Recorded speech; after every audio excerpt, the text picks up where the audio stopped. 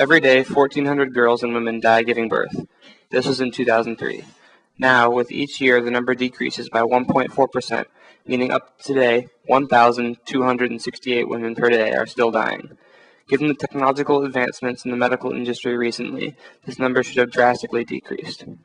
The fact of the matter is, our world is losing mothers due to inadequate reach of medical care to those who are economically suffering, especially in developing or third world regions.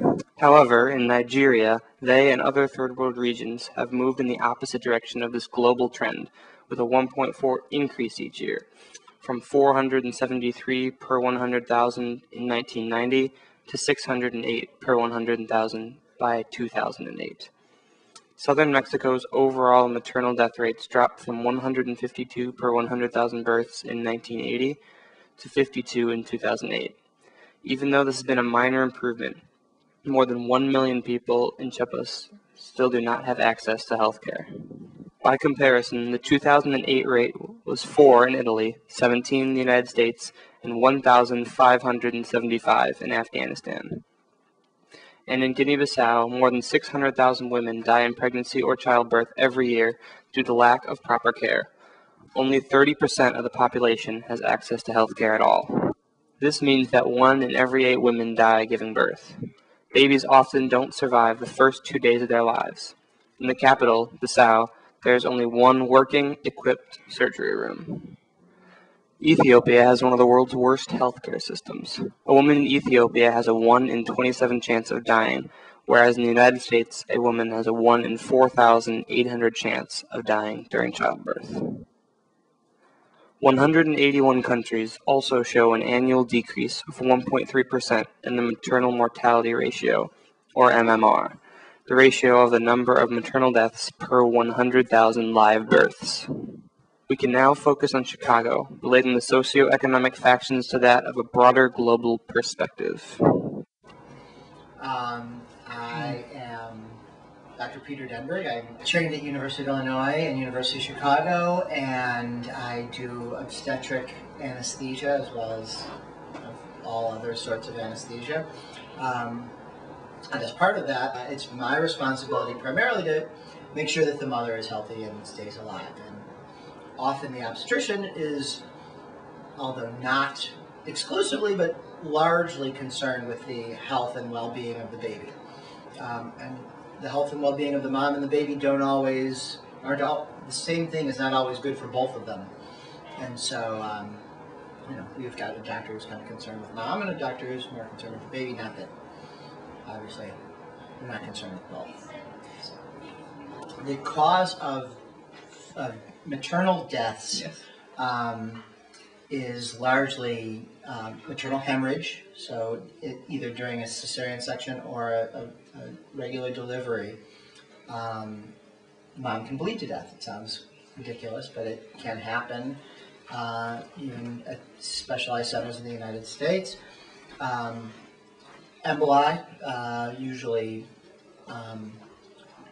pulmonary emboli, blood clots that go to the lungs, kill women, and efforts are being made to reduce the time that women take on airplanes and that kind of thing. But I think emboli, hemorrhage, and complications associated with hypertension, high blood pressure in pregnancy, including ruptured brain aneurysms from very, very high blood pressure that occasionally accompanies delivery, are the main causes of maternal death in the United States. And largely what hurts women and children at the time of delivery is having inadequate access to health care and not taking care of themselves adequately. So there's a large push, in this country at least, to give women and children free medical care, which both infant and maternal mortality correlate very strongly with poverty and usually with being a minority. Both blacks and I think Native Americans have much higher levels of maternal mortality than whites and Hispanics, I think. And is that just related to lack of health care due to poverty?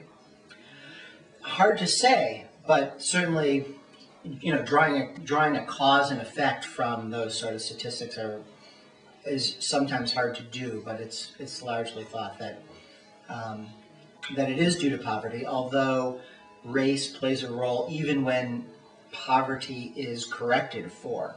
In addition to the socioeconomic struggles impoverished communities deal with, there is also psychodevelopmental roadblocks they must face due to the lack of support and nourishment the child would otherwise receive from their mother. For insight on this point, we turn to developmental pediatrician Kathy Tallering. The people who have money and jobs are able to have access to a very different class of healthcare than people without money and without jobs. And children do much better with consistency. Right. And if, that is the hand that they're dealt from day one, usually their developmental outcome will be better than a child who has a connection and a relationship with a parent and then loses that parent at whatever age. So if it's not the hand they're dealt from day one, like if they lose it at age 3 or 4 or in their teens, what's the effect in that case? Again, it depends on the support system.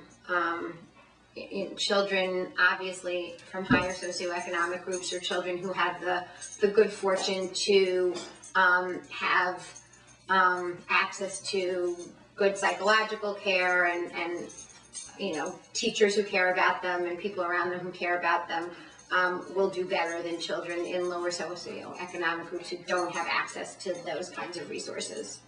In the worst case scenario, probably what would happen is the child would end up being someone who was not able to form secure connections with other individuals, and that is something that really can cause all sorts of long-term psychological problems, psychological illnesses. Then again, if they don't have consistent caretakers, if they don't have access to early forms of education or preschools, their IQs can be affected, their educational abilities can be affected. It really has to do with what resources are available to the child, and it doesn't have to be a blood relative. They just have to be in a situation where they are cared for and where they're looked after